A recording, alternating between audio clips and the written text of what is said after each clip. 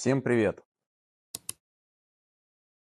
Тему сбивов и подбивов мы разобрали в прошлом выпуске. А как же действовать против этих приемов? Разберем в этом уроке. Нужно всегда помнить, что нет универсального приема или схемы поединка, которые обеспечат 100% преимущества. На каждое действие всегда найдется противодействие, и необходимо уметь перестраиваться по ходу поединка, быть готовым и уметь подобрать ответ к любому приему. В этом выпуске рассмотрим, как действовать против сбивов и подбивов, ведь несмотря на высокую эффективность этих приемов, к ним, как и к любым другим, существует свой ключ. Начну с того, что нужно быть готовым, что вероятнее всего на ваш удар ближней ногой будут отвечать, если не провалом, то скорее всего сбивом или подбивом, после чего могут продолжить свою контратаку, пока вы не стабилизировались в стойке. Поэтому во время подбива сохраняем защиту руками и быстро стабилизируемся в стойке. Второе. Очень часто спортсмены, которых подбивают, оставляют ногу в воздухе и потом действуют по ситуации. Например, соперник вас подбивает, после чего хочет зайти на среднюю дистанцию и продолжить контратаку. Тогда вы сами оставляете после подбива свою ногу в воздухе, затем встречаете его.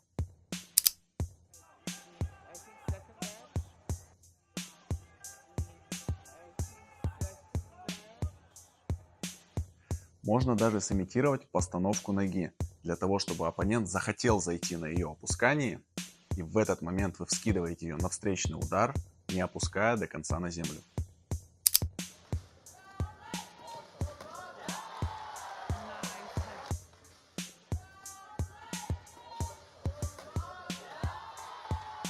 Следующая ситуация, когда вы работаете ближней ногой, но ваша атака постоянно разрушается сбивом или подбивом. Тогда вы закидываете ближнюю ногу и ждете подбив, а после контакта с ближней ногой соперника продавливаете его ногу к низу, затем продолжаете удар с воздуха.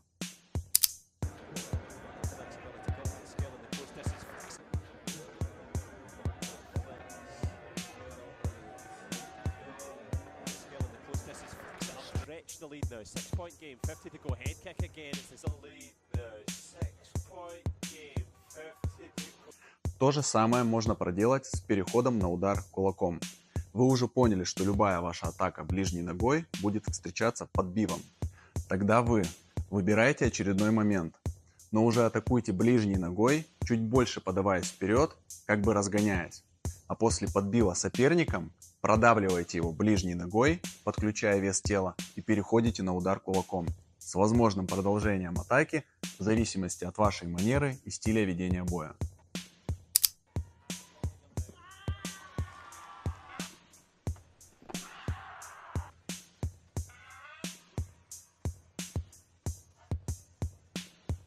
You see that it's by way of Russia at the moment, one to the good, tries again with it.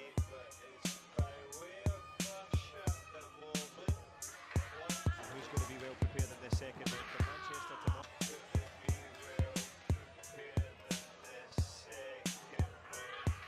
Темповики чаще всего после кулака закидают соперника еще серией ударов, а тактики и игровики могут закрыть ситуацию после удара кулаком и завязать оппонента в клинче. Эти варианты можно развивать как угодно.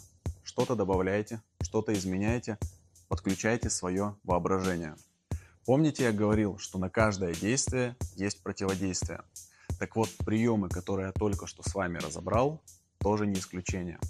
Поэтому разнообразьте технику. Это не позволит вашему сопернику прочитать ваши намерения и подобрать ключ к вашим приемам. Поставьте лайк этому видео, если оно было для вас полезным.